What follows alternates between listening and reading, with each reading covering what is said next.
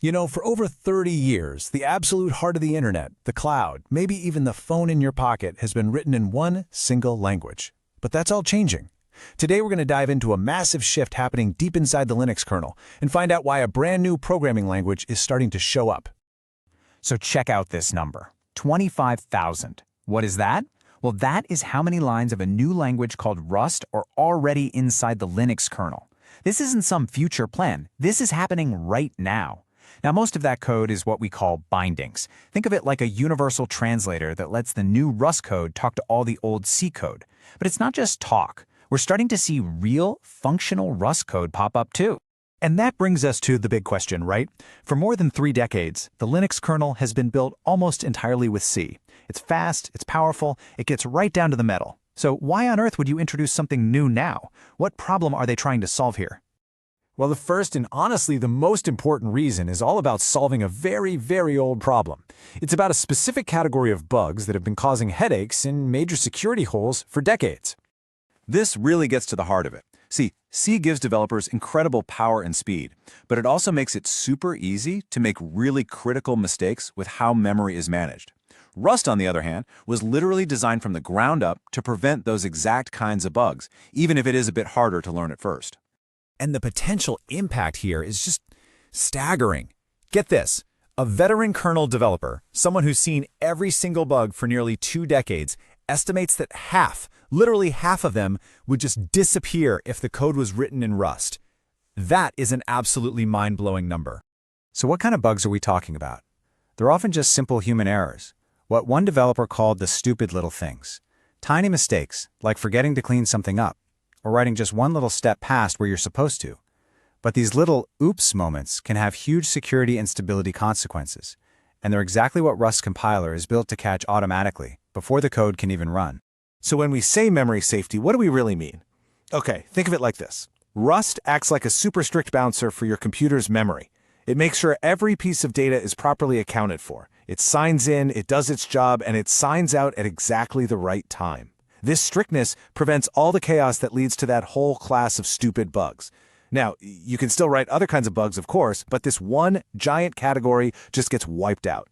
But, getting this new safety net into the kernel, it wasn't as simple as just flipping a switch. Oh no, it actually created a massive challenge, both technically and culturally. How do you get these two very different languages to play nice together? Here's the problem. Both C and Rust are kind of like master chefs who have very different, very strict rules for how their kitchen should be run. They both make amazing things, but their methods are totally incompatible. So getting them to share a kitchen, well, that requires a really clever and really complex go-between. And just how complex is that go-between? Well, as one kernel developer put it, this binding code is some of the most crazy complex Rust code you've ever seen. So, yeah, this is not for the faint of heart, and that complexity itself became a major hurdle. And this complexity, it wasn't just a technical problem. It actually fueled some human resistance. I mean, you had veteran developers who were, pretty understandably, a little wary. Managing a huge project in one language is hard enough. Introducing a second one, especially one with a steep learning curve, seemed like a recipe for disaster to some. And this quote, man, it just perfectly captures that early skepticism. The developer who wrote the original C code for the kernel's driver core, he took one look at the new Rust binding code for it and had this gut reaction. His first thought was, this is horrible. This isn't going to work at all. But then came the turning point, the breakthrough. Instead of just arguing over code reviews, the C and Rust developers actually sat down in the same room. And they pretty quickly realized they were kind of talking past each other, each one totally focused on their own world without understanding the other side's constraints. So the Rust team started explaining why their code was so complicated. It was all to work around a limitation in the C code that was already there. And you can just imagine the light bulb going off for the C developer. He realized that a small, simple tweak to his original C code would completely eliminate the need for 1,000 lines of that crazy complex Rust. It was just this beautiful moment of collaboration. And that breakthrough, it wasn't just a one-off. It was a sign that the tide was really turning.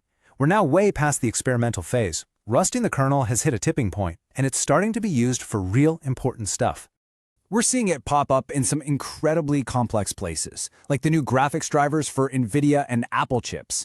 And why there? Well, because graphics are insanely complex, constantly creating and destroying these tiny little bits of data, and Rust's strict management style makes handling all that complexity way, way easier and safer. So right about now, you're probably asking the obvious question. That's great for new stuff, but what about the 40 million lines of C code that already exist? Are they just going to rewrite the whole thing? No, absolutely not. The strategy is actually twofold, and it's really smart. For new code, Rust is a fantastic, safer option.